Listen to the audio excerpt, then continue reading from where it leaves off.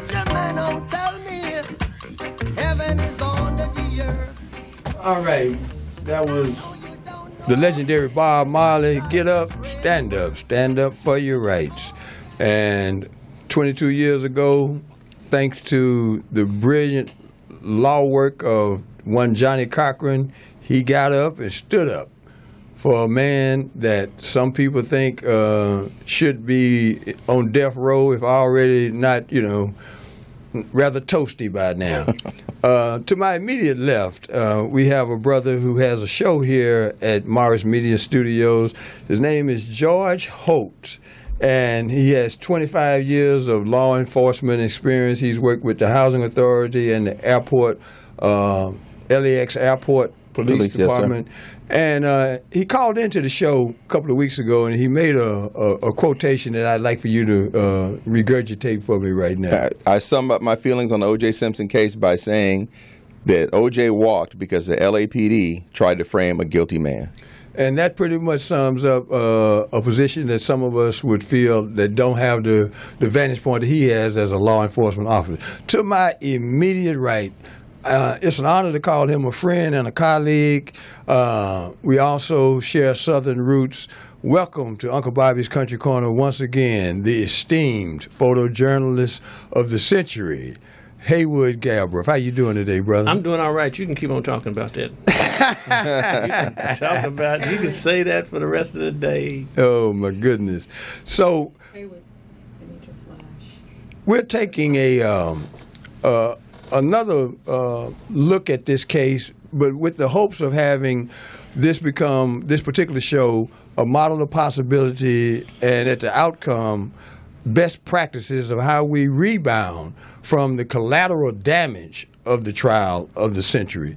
And I'd like to start with the fact that there has been collateral damage. As a police officer for over 25 years, have you noticed a change in police procedure, police behavior, police attitude, police interaction, particularly with the black and brown community since the O.J. verdict? Well, one thing I saw after O.J. was there was a push now to reform the justice system. Okay, and Richmond had been walking out of court as free men on crimes for a long time. Even before John DeLorean. But it seemed like when this rich man walked, then people wanted to change the system. There was a lot of push for that. Also, this case did not do anything to help the credibility of law enforcement in terms of Johnny Cochran being able to shine the light on certain things that were sketchy in terms of evidence collection. And so I think that we knew that our word was no longer going to be accepted as ironclad like it had been. Now, of course, Rodney King laid the groundwork for that, too. We saw that. But this kind of really put it out there. And, there were some people who felt one way or another about it. People would be surprised at the amount of personal and maybe even political discussion that goes on in the police department, especially in the police car. And, it was interesting to see people's take on things. For me, so from my perspective, it was an eye-opening experience, even though I wasn't in the courtroom, and to see what a circus it had become down at the courthouse, down at 210 West Temple, the criminal courts building. They had erected a tent city across the street. Now, hey, would you remember that? In the big parking lot across the street, they had a tent city for journalists. And they erected scaffolding so that they could have all this coverage every day. So my partner and I had, because, police work's still going on. We're still arresting people and having to go to court on unrelated cases.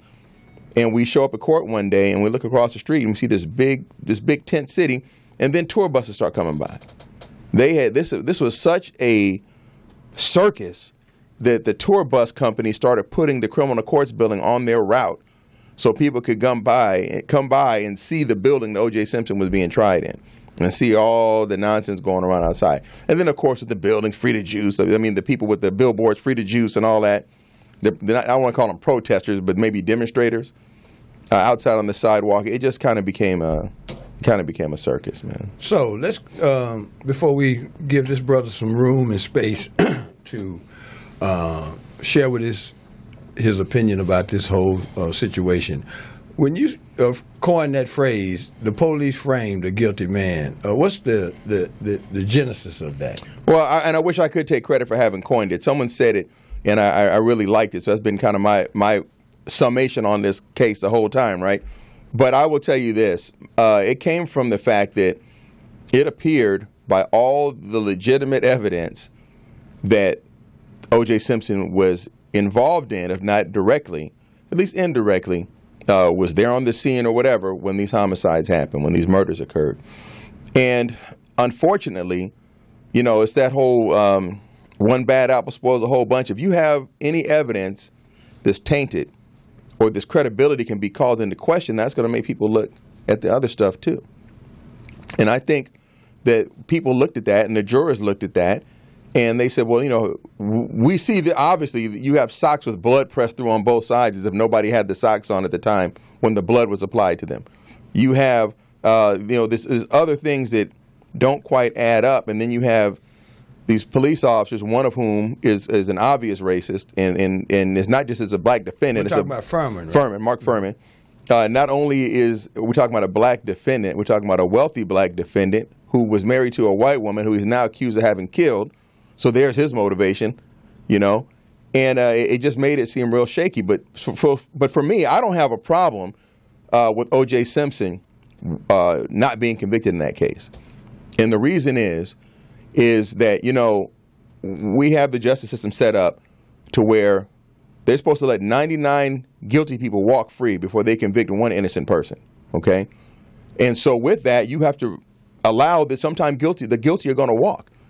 And to me, that is better that 99 guilty people go free than one person who was completely innocent goes to prison, okay? And I'm going to wrap this up by telling you what I know, or what I think and what I know. So I think that O.J. Simpson most likely killed those people. I'm going to say he probably killed those people or had some involvement. That's what I think.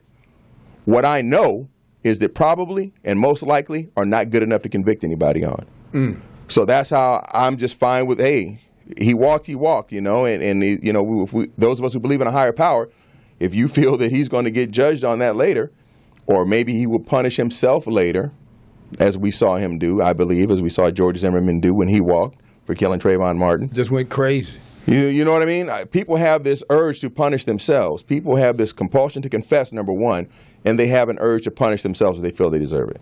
So, what's your take on his remarks so far, Haywood? Come on, come with it. Well, I'm going to come with it. You sounded very intelligent. Until I said what?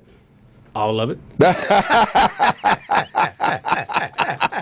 Okay.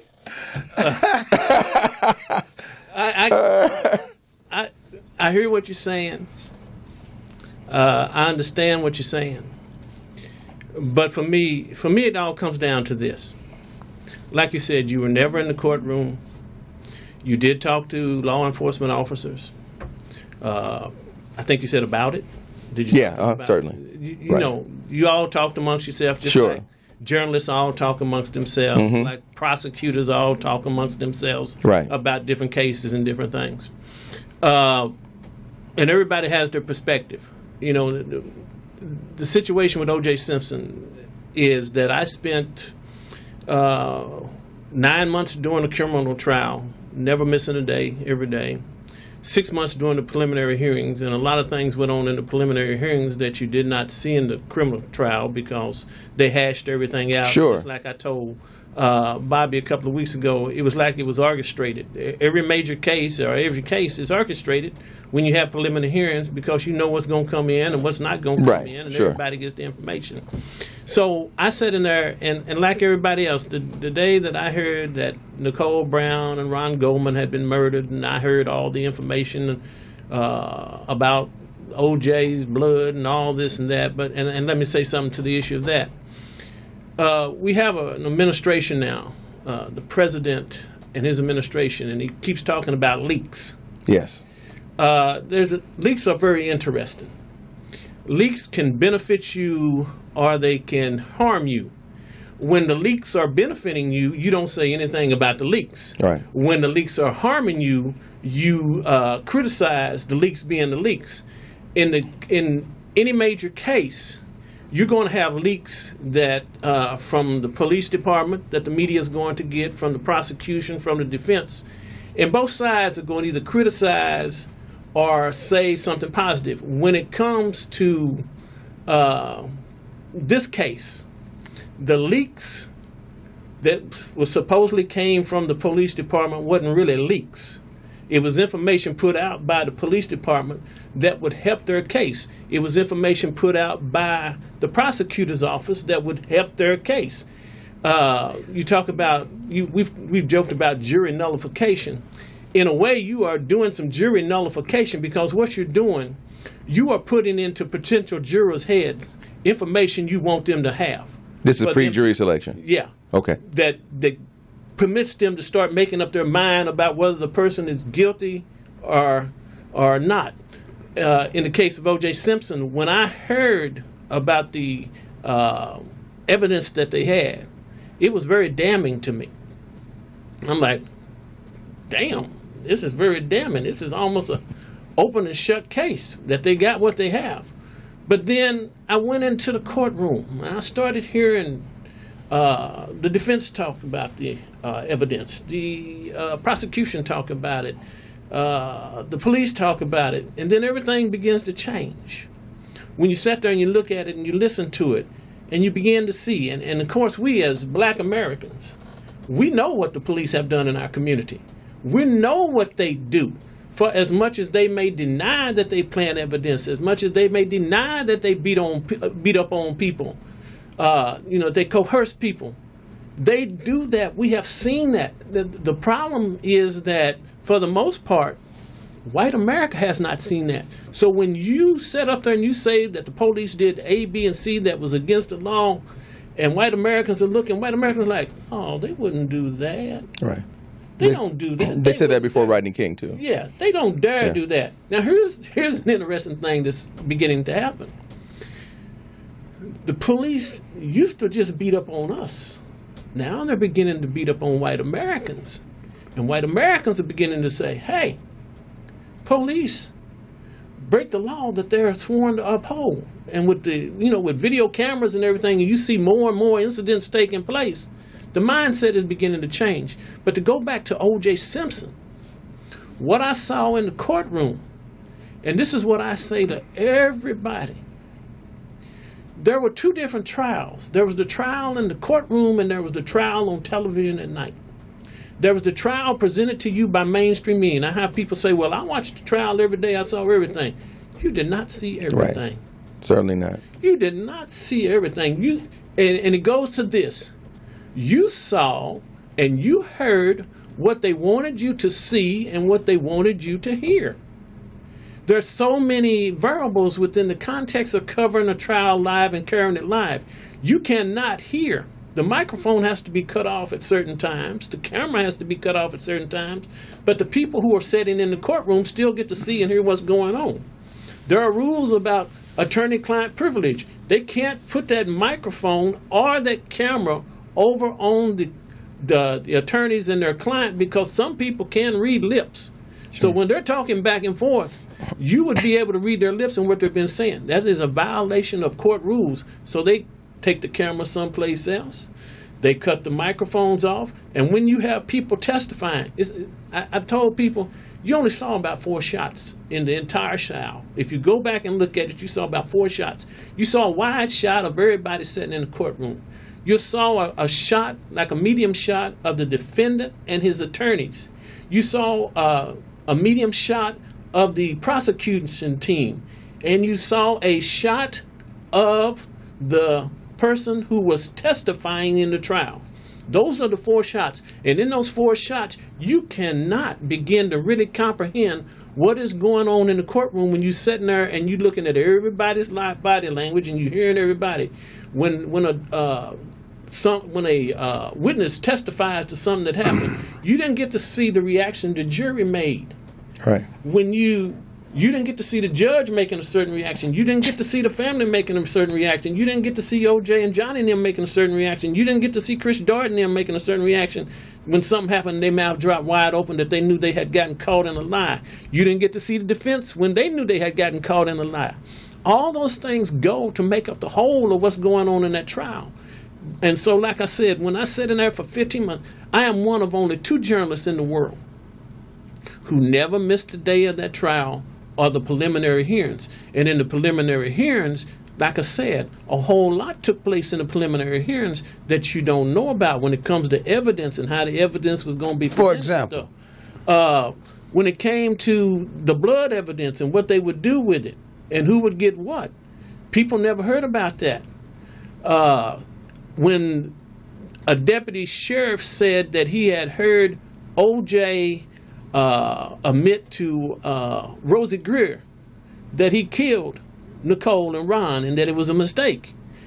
They had a preliminary hearing about that, and that couldn't come in, even though the police department and the prosecution leaked it. That's what had happened. But there was some clergy privilege or something with Rosie Greer. There was a clergy privilege. Right. But like I said, the fact that you leaked it, that O.J. had admitted killing to Rosie Greer, has done planted a seed in people's head. Sure. And there are tricks that go on in the courtroom. And the prosecution did it, and the defense did it. And the trick is this. You go down a path, as they say. There's a path you go down that if either prosecution or the defense doesn't cross that line, then you can't talk about it. Well, on purpose sometimes, even though you weren't supposed to talk about it, they would say it.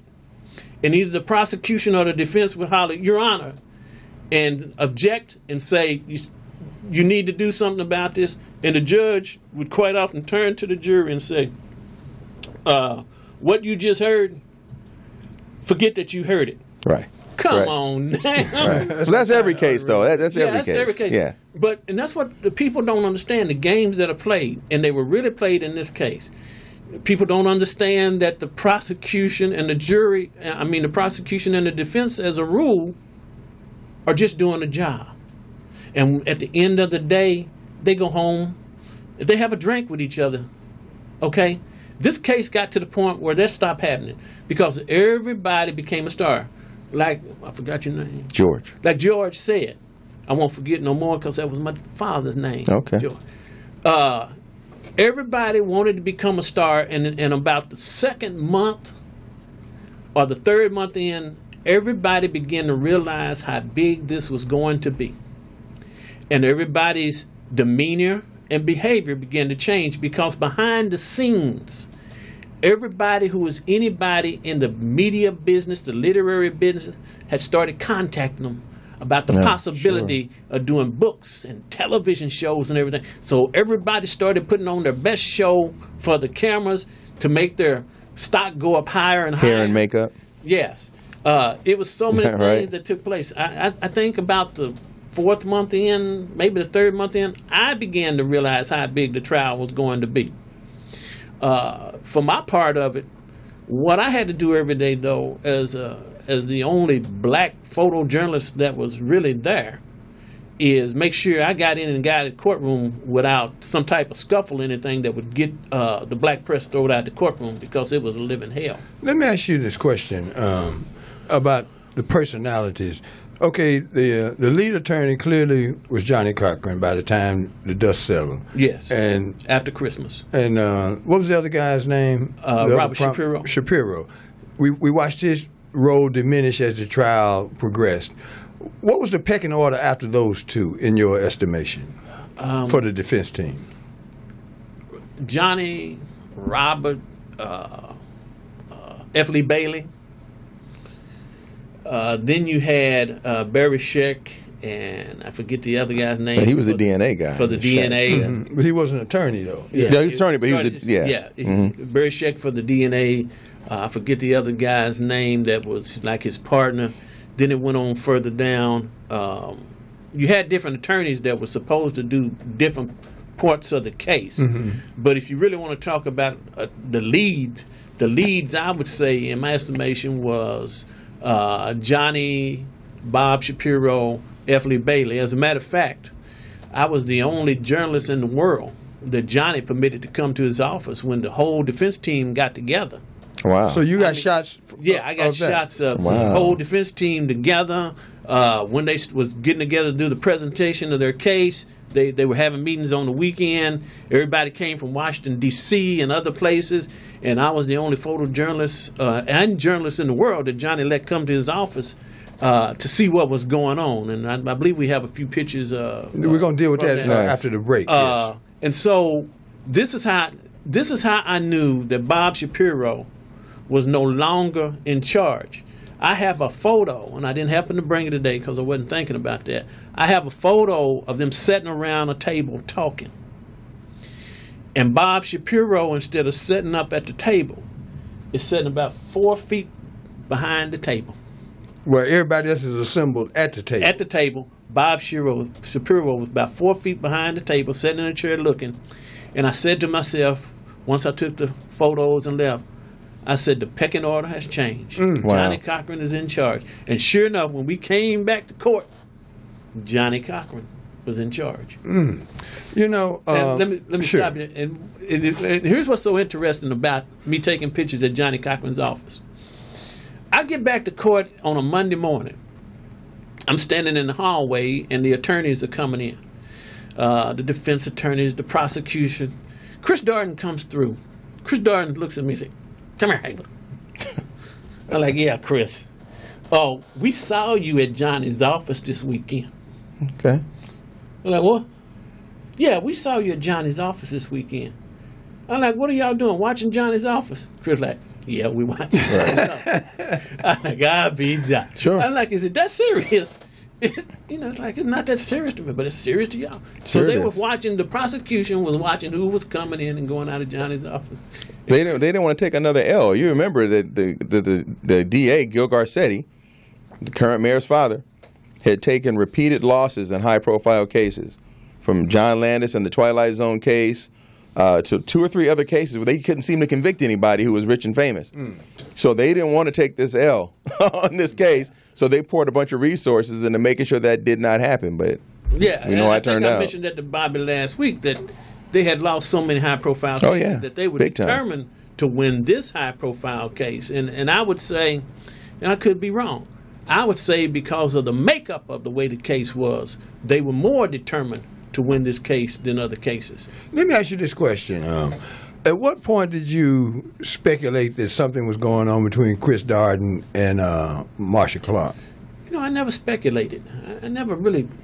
Well, you had to hear the rumors. I heard all the rumors, but I never really paid attention. And when I heard the rumors, I didn't really look at them to see. I just heard what mainstream media said about it. I'm like, okay, because like I said, I concentrated so hard on capturing the images and making sure I got in and got out. I didn't have time for gossip, as they say, or paying attention to different things. I got some images of them talking to each other, and if those images tell a story that I don't see, okay, close up, side by side, looking at each other. To me, that I was so busy capturing the images for the story, what was going on, as opposed to trying to capture images for gossip of them doing what they were doing. I was just shooting as colleagues interacting. I'm going to throw something out there in terms of this segment of the show, collateral damage.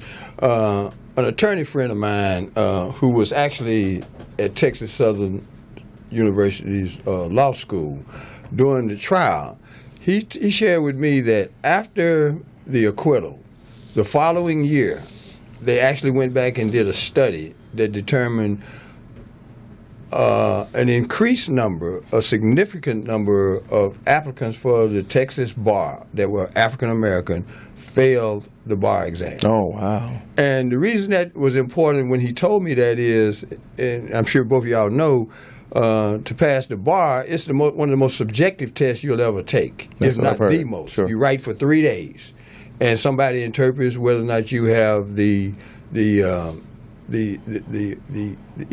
grasp of the law and everything That's else. exactly what I was reaching for. And he said a disproportionate number of African American applicants that next year failed the Texas bar. Can you think of other incidents where it appears that there's a correlation between the O.J. verdict and what happened subsequent to that acquittal. You know, I don't recall. I recall hearing this. I didn't see anything that I could directly attribute to that. Other things have happened in our society, and I could say this is a fallout from that, cause and effect. I didn't really see anything in particular. I knew there's a lot of people of European descent who were quite unhappy with how that turned out, and they made it into a racial thing. Well, as a law enforcement officer, it wasn't long after the O.J. trial. I can't say specifically how long, but something that was introduced into law as far as domestic violence, they started calling it a terrorist threat. Oh, okay. Well, you know what? They had started tightening that up before that. January 1st, I believe it was 1988 or 1989, because I was in the police academy during that time. They made it where it was a shall arrest for a police officer. Before, wait a minute, a what? You shall arrest. Police officers have great discretion and wide latitude in making an arrest. Mm-hmm. You can arrest or not arrest on most crimes. The one thing where they took that away was on domestic violence issues, where there was corporal injury. Meaning there was some visible injury, a bruise or a split lip or a swollen face, something like that. Because a lot of officers were blowing it off. We call it kissing off. They'd kiss off a call like that and say, hey, that's a husband and wife issue. We know he hit you, ma'am, but it's a misdemeanor and we didn't witness it. So unless you want to place him under arrest, do a citizen's arrest, we're not going to be able to take him. And a lot of these women didn't want to put that man under arrest because he's the breadwinner, et cetera, right? Well, in order to take the onus off of them and off of the officer, they made that a felony in California where it was a shall arrest, and I don't need to witness it because it's a felony. And if I see that this is what's going on, I have no choice but to arrest you now. Well, and so this was pre-OJ is what I'm saying. So there was already a trend toward toughening up the punishment and how we handle domestic violence issues. Well, since it's pretty common knowledge in my circle that I have been to the house of many doors. And you checked into the Gray Bar Hotel, as they call it? Yeah. And after the O.J. case is when I had my first offense with the law. There was quite a few people in there that were charged with terrorist threat. And then when I asked them, what is that? They say, got into it with my wife, and she recorded a phone conversation. Off to jail I went. I mean, I saw a number of people. Well, yeah, you're right. And I hadn't even thought about that, being tied to domestic violence. You're right, though, absolutely. Terrorist threat. I thought that was something. Yeah, 422, they brought that in the penal code. Tied to the terrorists. Middle East, but it became localized. Do you have any incident? We'll get into your own personal situation in Suck and Half, but did you notice any changes? Has he been to the house of many doors too? Not to my knowledge. No. I'm just asking because you said okay. I went one time. Did you? One time to the house of many doors. I thought I recognized you. I'm playing. Well, I've been to jail and hell. They both the same. That was down in Miami, and the police officers got in trouble for doing what they did. Okay. Looking at it for the past 22 years, the things I recognize is that a lot of corporations that were giving money to black causes backed off from giving money. I don't have no statistics, but listening to people talk in the media business, even black journalists were given a hard time where they worked, and they backed off giving more black journalists opportunities. Now, they blame it on the way the media business has changed. But this started coming about after O.J. Simpson. Companies that, like I said, that was getting money from white-owned corporations and stuff, they stopped getting money. And but like I said before, there's always a built-in excuse. Well, the economy is changing. Right. Well, okay, it's changing, but you're still giving Joe Blow over here contracts. Right.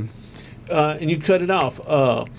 And as George said, there was a change in the attitude of white Americans toward black Americans even more so.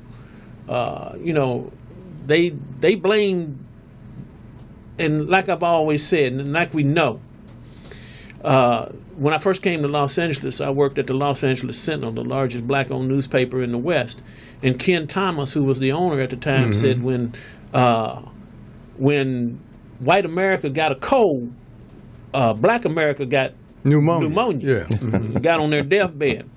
So white America kind of gave black America pneumonia, reference just life in general in America. Law enforcement, and I've paid attention. I have no statistics I could throw down here at you, but at different times, it's just like we know that there's been a rash of killing by white law enforcement officers of black people that is above the norm for the population in the past several years. But it seemed, this is one of the things that I can point out to you. It seemed like 3 weeks ago when they said that they were going to have a parole hearing for O.J. Simpson on July the 20th, there was a rash, up jump in the number of blacks killed by law enforcement officers. And at different times when things have come up reference O.J. Simpson, it seems like there has been an up jump. Spike, and after I have never noticed that. And after the trial itself, even though, like I said before, people argue, well, the police have always been killing black people. Right. They ain't got nothing to do summertime, with it goes up anyway. Yeah, it ain't got nothing to do with OJ. Well, you haven't paid attention to this for 22 years like I have. I have lived this, and I paid close attention to how certain things happen. How we spoke about it last week. How can, a police officer be dishonored and then in a couple of years is rehabilitated and becomes a millionaire? And that was Mark Furman. Sure. Now, That's in amazing. fairness to the reality, there's an association between the spike in black-on-black crime and the heightening tensions between police and black folks, too. Because when you look at the raw numbers, there may be nationwide, let's say 500 police-involved shootings along racial lines that ended up in a fatality. But there's thousands and thousands of us that kill each other indiscriminately, and we cannot dismiss that. I'm sick of people acting like one doesn't, relate to the other. One we can control. All right, and it's a much larger problem. Right. To be honest. We don't want to deal with that for some reason. It's embarrassing. I'm not dismissing That's why. police brutality whatsoever, because I've had my situation where I was arrested for driving while black. Okay. Mm-hmm. And I had been consuming alcohol, but I know well, that's driving while drunk now, Bobby. That's no, I'm talking about driving while black. I'm just saying. I'm just telling you though. Okay. I watch white folk go home all the time. All you gotta do is go to Hollywood any night of the week. And sure. Out the club. Sure. And they do not go to jail. Been there, done that. Right? Sure. So no, I ain't buying that. All right. But I understand. I am in violation of the law. Right. But you didn't catch a break. No, hell no. But anyway, what we're going to do is take a short break. Okay. And we will be right back with the second half of Uncle Bobby's Country Corner, where real men don't play. Was that right, black? Right, black. That's what he said.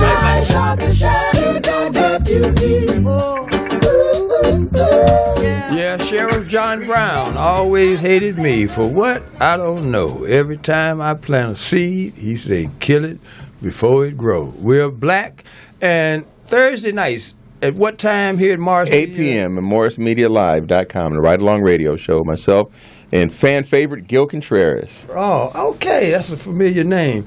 This segment of the show, I'm going to set it up with a quote from my late Uncle James Glanton. He used to always tell me, if your shoes is too tight and you can't pull up on the lace, you ain't got to tell nobody. It's going to show on your face. And so we're going to go into the segment now where we get a chance to see some of the photos that were taken during the trial of the century by our esteemed guest for this evening, Haywood Galbreath. So, Haywood, we're going to allow you to, this particular photo we're looking at right now, give us the narrative behind that. I went to O.J. Simpson's house on October the 3rd, 1996. That was the 1-year anniversary of the verdict of the trial, and took the photos of him with the Heisman Trophy. They were doing a special thing for him to sell the photos as souvenirs, him and his agent, and those were the last photos taken of him with his Heisman Trophy. Now, the thing about that particular photo, there's a couple things about that particular photo. One is that I had a deal with them that they were supposed to pay me X amount of dollars every time we got them reprinted. And the agent went to the lab and picked up the photos and the negatives and never contacted me again. And so I couldn't get back in touch with them. So they kept printing them year after year, photos after photos, and I never got paid for them. So wound up suing the agent a couple of years ago. We got a judgment against them. We won the lawsuit. We got judgment against them. Those photos are copyrighted, and it's 4 different photos. They're not supposed to be used anywhere, but they keep showing up, which brings up the second part. When O.J. Simpson went to Vegas to retrieve his property, those photos were a major part of the property he went to retrieve. He said that the photos were stolen from him by his agent when in all actuality they were stolen from me, and at the time I didn't know what was going on even during the trial, and I found out afterwards that those photos were actually used as evidence in the trial to help send O.J. Simpson to prison. Wow. And the guy that testified for O.J.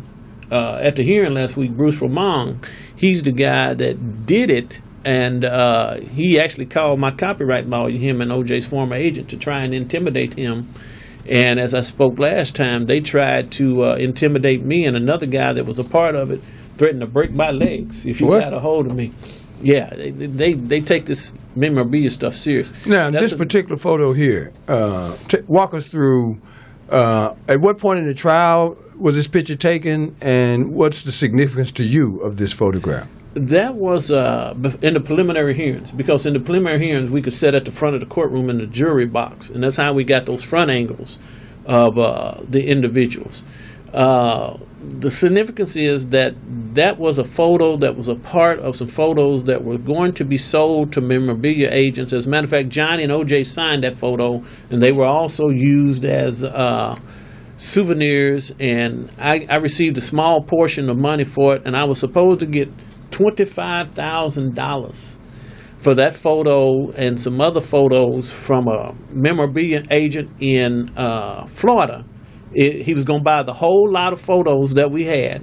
He was going to buy them and sell them, but there was one catch that Bob Shapiro on another picture, which is a 3-shot of Johnny, O.J., and Bob Shapiro had to sign the photo too. And Johnny and O.J. had signed the photo, and Bob said he would sign it, but he was concerned that the bar might get on him. This is a funny story. So we was in court. Court had ended one day, and I was still in the back of the courtroom. And Johnny said, "Hey, what about the photos? What are we doing?" I said, "Well, Bob needs to sign these photos so that we can do this deal." Johnny looks at Bob. "Bob, you gonna sign the photos?" Bob looks at Johnny and says, "Well, you know, Johnny, I would, but I don't know if the bar would get upset."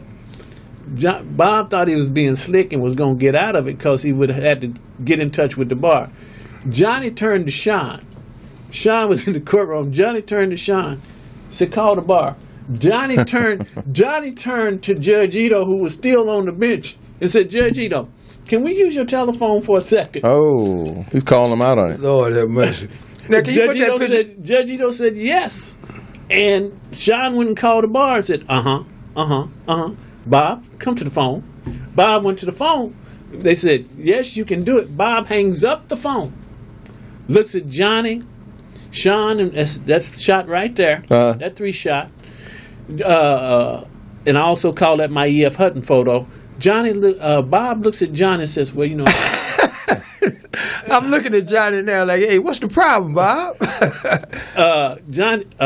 Bob looks at Johnny and says, "I don't think I'm going to do it." Oh. He cost me $25,000. Hey, Portis, could you go back to that other picture for a minute? The sucking photo. Not that. Oh, Lord, no. It's the second one of the sequence. It was a 3-shot. And that particular, I call that my E.F. Hutton photo. Like I said, we was at the front of the courtroom. Johnny was at the podium talking to Judge Ito. You can see the edge of the podium to the left. That's where Johnny was standing and talking to the judge. The judge said something to Johnny, and Johnny said, "Excuse me a minute, Your Honor." Johnny was so smooth. "Excuse me, Your Honor, I need to speak with my client." So Johnny goes over to O.J. O.J. begins to turn around to say something to Johnny. At the same time, Bob was sitting up straight. At the same time, OJ begins to turn. Johnny is beginning to lean down and leaning down. Bob Shapiro does like this. He's ear hustling.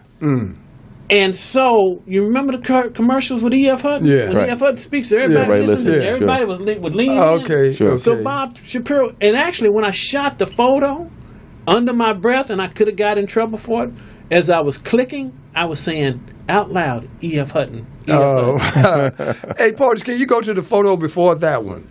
The one before second photo. Can I ask a question about these photos? So now, do you feel that the value of the photos would be different, either higher or lower, had he been convicted?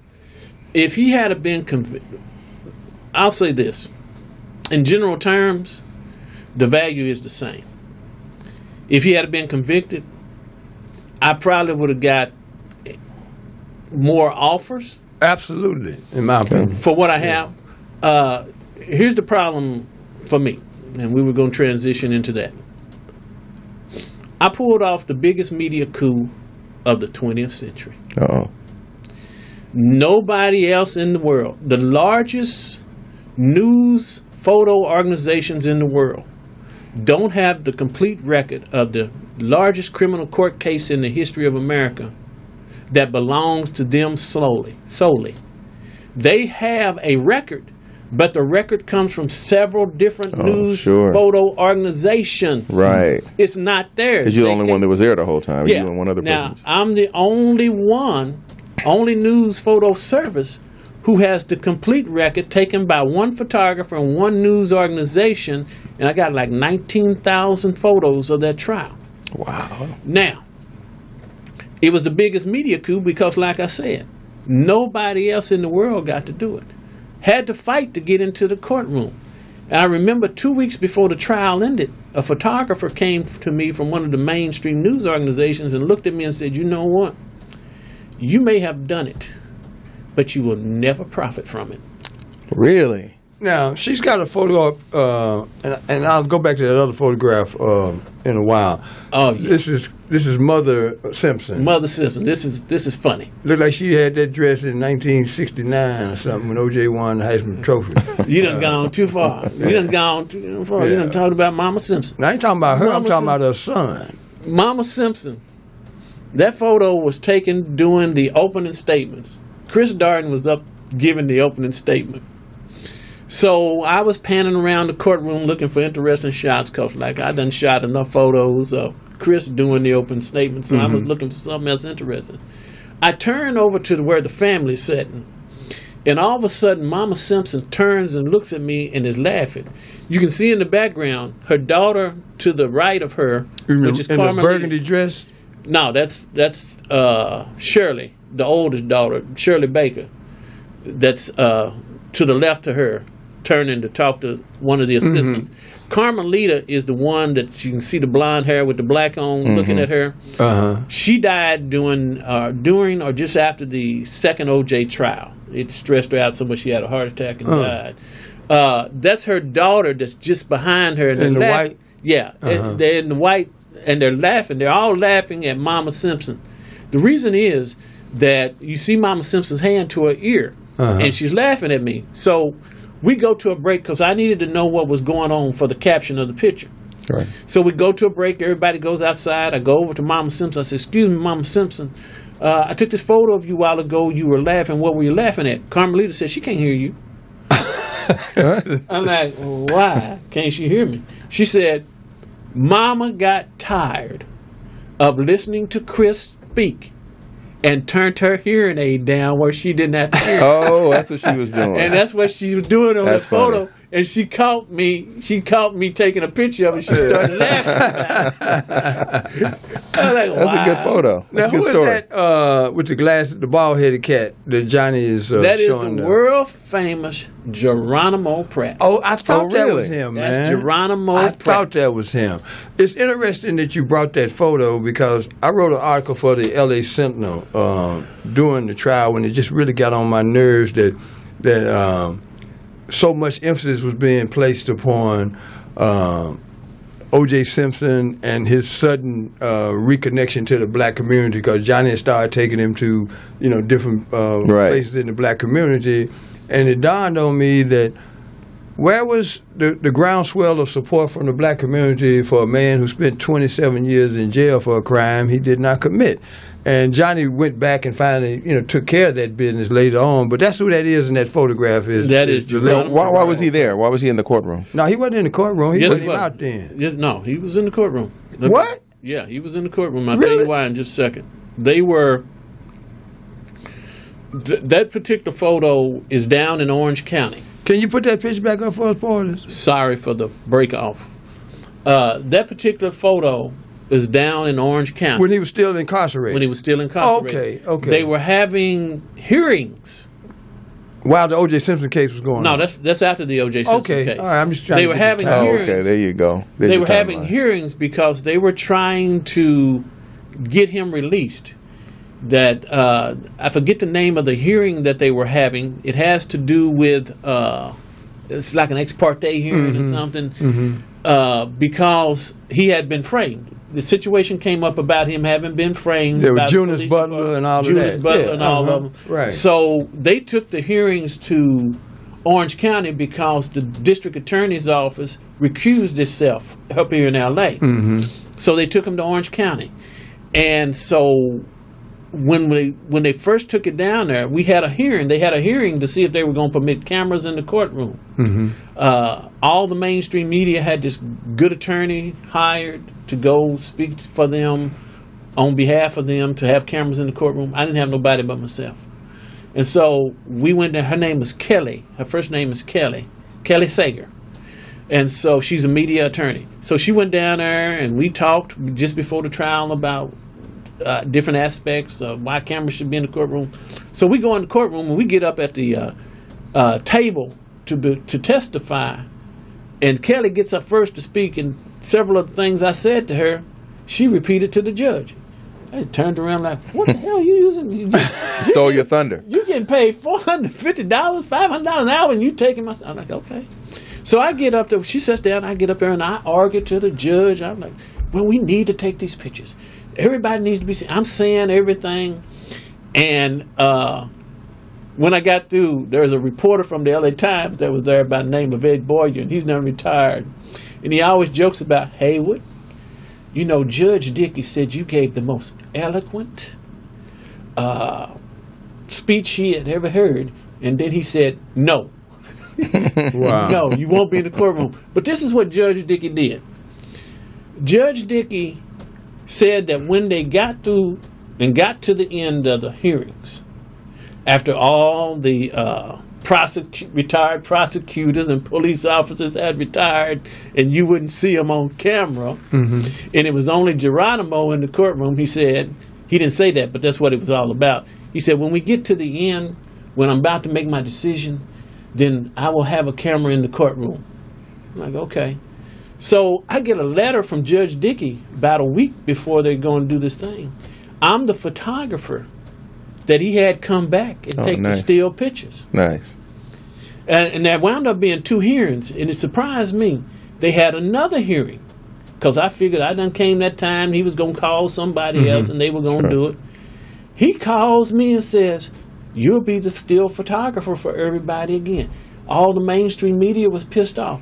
And the most interesting thing about that is, I'm down in Orange County, where it is said they don't really like us down there. Down behind the orange curtain, as we call it. And the judge in Orange County is giving me more love than the judges ever gave me up in L.A. except for Judge Lancito. Just for the people, and I'm sure there's a number of people who were not even born when this case happened. Geronimo Pratt did 27 years. He was the Minister of Defense for the Black Panther Party. Right. And this brother was a Vietnam veteran, killing machine. I mean, he knew demolition. He was a demolition expert. And of all the people that were subjected to police harassment during the 60s, he was the one that was most sought after because he had the ability to train people to defend themselves and, if necessary, to take other people's lives. And he was wrongly convicted of some murders here in Los Angeles, and he did 27 years. Was that the tennis court, Santa Monica tennis court murders? Yeah, they called it I remember that. The zebra killings, I believe it was. No, that was another case, but yeah, it was the tennis court situation. Okay. He did 27 years. And it really bothered me, but more so it bothered Johnny Cochran because he didn't have access to certain evidence during that trial, and it really bothered him to the extent where once he got past the O.J. trial, he went back and took care of that business, and he was ultimately released. Okay, nice. But let's look at a couple. You showed Speaking of Johnny Cochran, when Geronimo was released, that's what Johnny Cochran said. He said, I can retire now. The case that has bothered me all these years, he's been set free. I can retire. Yeah. Now, this photo right here, because we only have about 7-8 more minutes. Now, this is the group photo that you were referring to earlier in the show, right? Yes. There is not another photo in the world of the whole defense team together. And Johnny Cochran, to his credit, made sure that I got to take that photo. The world-famous photographer who shoots for Rolling Stone, Annie Leibovitz, had came out here. And it's so interesting how people, different organizations, could get credentials, and we had to fight, and they could get it, come late, and do whatever they did. She had came out here, and Bob Shapiro was trying to set it up for her to take the shot. They had backroom deals going on. And Johnny Cochran said, oh, no, that will not happen. And he had me take the shot. And that shot was actually for Make-A-Wish Foundation to auction off to raise some money for some kids. Yeah. Wow. You know, Johnny Cochran did a lot of great things in the community and for different people. Absolutely. And he was well loved, but if you listen to mainstream media, they will say he's a shyster, and that's another thing about right. They're mad, absolutely. And that's the other thing about the O.J. Simpson trial.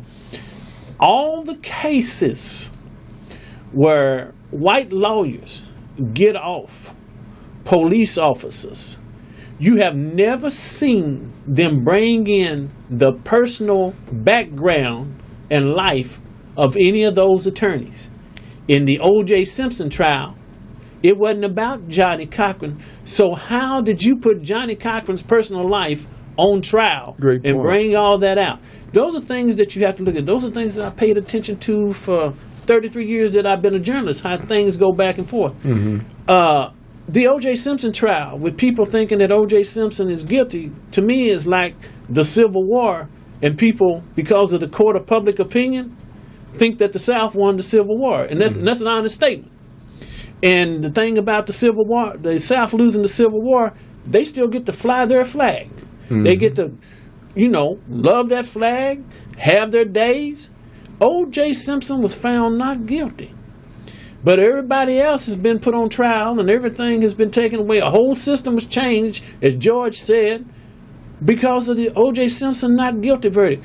Before then, you may hear a rumble about how a wealthy person could get good lawyers, but you never heard the rumble like you continue to hear the rumble about what O.J. Simpson did. And I can guarantee you, if a black defendant had the ability to have the money that O.J. Simpson had when they went to trial, they wouldn't get put away either.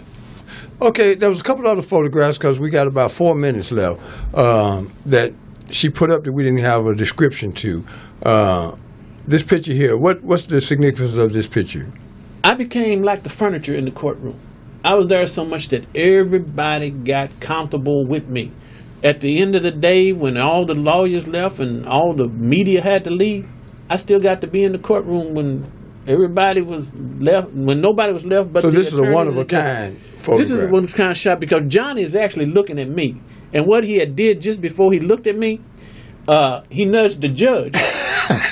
He hit the judge on the arm, and the judge very quickly looked up and then looked back down. If you see the picture, Judge Ito is laughing, but he's laughing because he happened to look up and see me, and Johnny was messing with him. Taking the photo. Okay. Was messing with him to get him to look at me.